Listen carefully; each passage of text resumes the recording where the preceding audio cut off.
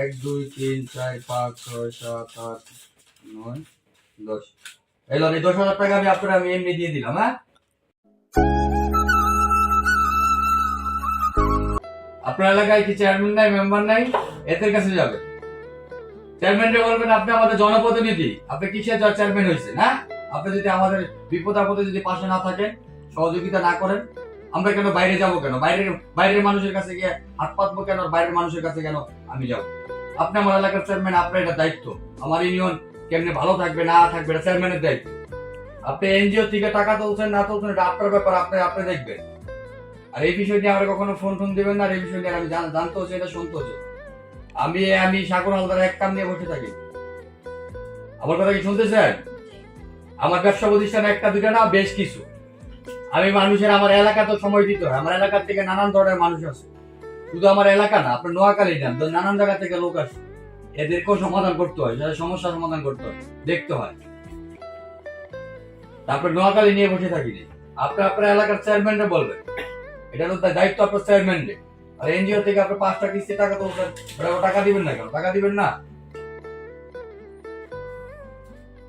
এগুলো নিয়ে আমার কখনো আর বলবেন না। 1 2 3 4 5 6 7 8 9 10 এই লন এই 10,000 টাকা আমি এমনি দিয়ে দিলাম। হ্যাঁ, এমনি দিয়ে দিলাম। আপনারা এনজিও তে কিস্তি দিবেন না কি দিবেন সেটা আপনার ব্যক্তিগত ব্যাপার। আর এই বিষয় নিয়ে আমার ফার্দার কখনো ফোন দিবেন না। আর আপনার এলাকাতে আপনার সিনিয়র নেতৃবৃন্দ আছে, চেয়ারম্যান আছে, আপনার ওয়ার্ড মেম্বার আছে, তাদেরকে বলবেন আমার হাজবেন্ড আমার সাথে প্রতারণা করছে। চেয়ারম্যান দেখবে, এটা এনজিও কে বলে দিবে যে তাকে সময় দেন। সে একজন জনপ্রতিনিধি, চেয়ারম্যান, তার কথা শুনতে হবে। যে একটা মানুষ টাকা দিতে পারে না, তারা কি মেনে নিবেন নাকি?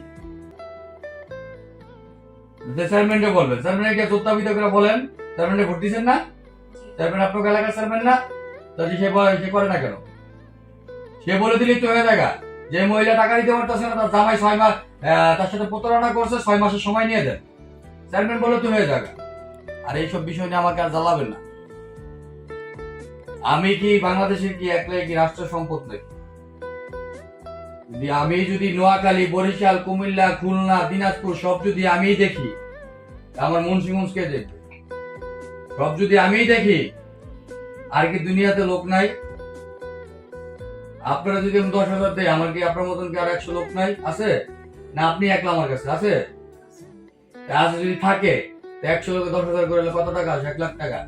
আমার কি ফ্যামিলি নাই? আমারও ফ্যামিলি আছে।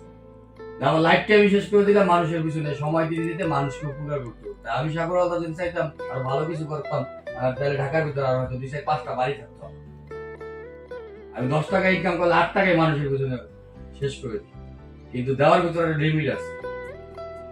এগুলো তো আপনার এলাকার চেয়ারম্যান মেম্বার দেখবে, বুঝছেন না? আপনার চেয়ারম্যানকে বলেন না কেন? জোর দিয়ে বলেন যে আমাদের সময় নিয়ে দেন। আপনি আমার এলাকার চেয়ারম্যান না, আমরা আপনাদের ভোটার না, আপনার জনপ্রতিনিধি, এটা দেখার দায়িত্ব আপনার। আপনার চেয়ারম্যানে আমরা বাইরে যাবো কেন? আপনার আপন ভাই। আমি কি কথা খারাপ বললাম?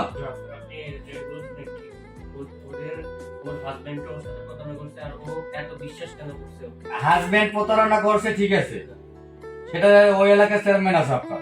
চেয়ারম্যানকে বলতে হবে যে আমার জামাই আমার সাথে প্রতারণা করছে, আপনি আমাদের চেয়ারম্যান সাহেব, আমি তো এখন এনজিও থেকে 5টা এনজিও থেকে টাকা নিয়েছি, টাকা দিতে পারতেছি না, এখন আপনি আমাকে একটু সময় নিয়ে দেন। তখন উনি এলাকার রানিং চেয়ারম্যান, উনি যদি বলে এনজিও কে ওনাকে মহিলাকে 6 মাস সময় দেন, মাইরা কি টাকা নেবেন নাকি? সে একজনের চেয়ারম্যানের কথা অবশ্যই শুনবে। কিন্তু চেয়ারম্যান তো এটা বলে না, বলছে বলে না, বলো আপনি বলাবেন। সুযোগ দেয় না কেন? চেয়ারম্যান কি? চেয়ারম্যান সুযোগ দেয় না মানে কি? চেয়ারম্যানের লোক ওই ইউনিয়নের যে দায়িত্বে, যে পুরো ইউনিয়নটা একটা চেয়ারম্যান কিভাবে ভালো থাকবে, খারাপ থাকবে, গরিব দুঃখীর পাশে থাকবে, বিপদে পড়া মানুষের পাশে থাকবে, চেয়ারম্যানের দায়িত্ব। চেয়ারম্যান সুযোগ দিবে না মানে কি? এনজিও টাকা দিতে হবে তো, আপনি তো দিবেন না, অস্বীকার করেন নাই। সে চেয়ারম্যান মানুষ, সে একটু বইলে সময় নিয়ে দিবে। আপনি তার অস্বীকার করেন না যে টাকা দিবেন না, টাকা দিবেন না নাকি? টাকা দিবেন না? আপনি চাচ্ছেন কি একটু সময়?